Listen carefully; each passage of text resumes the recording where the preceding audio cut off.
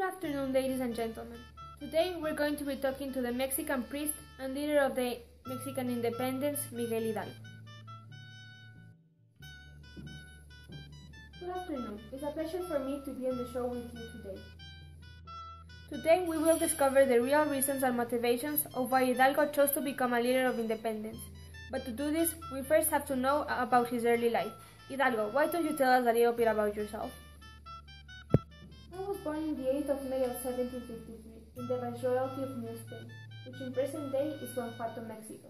When I was born, I was given the name of Miguel Gregorio Antonio Ignacio Hidalgo Costilla y Gallagas Mandarte Villaseñor, but you can call me Miguel Hidalgo. Where did you complete your education? When I was 15, I was sent with my brothers to study at the Jesuit school of San Francisco Javier.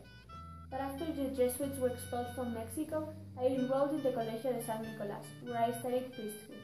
What did you do after graduating preparatory education? I finished my preparatory education in 1770, and after that, I enrolled in the Royal and Pontifical University of Mexico. By 1773, I was a priest and had a title on theology and philosophy. At what moment did you decide you wanted to do something and change the way the government was behaving? After I graduated university, I served at the Church of Dolores. While working at the church, I really got to meet the people and realized how much poverty there actually was. This really shocked me, and I tried to help the poor by showing them how to grow crops such as olives and grapes. But growing crops in Mexico was considered illegal. Why was cropping considered illegal? Growing crops was discouraged and made illegal by Mexican authorities because of the importation laws the Spanish put on us. Can you tell us a little bit about the Cry of Dolores? In 1810, I gave my famous speech, La Dolores.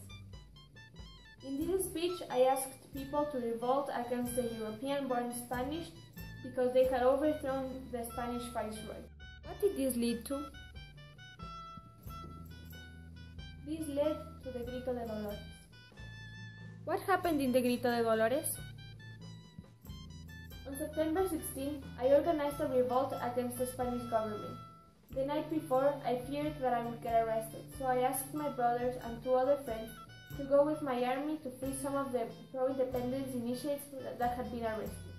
8 were released. The next morning, on September the 16th, I rang the bells of the church and gathered people and encouraged them to revolt. These events led to the independence of Mexico, which was signed on September 28th. Hidalgo, thank you so much for answering the questions. It's been a pleasure having you here.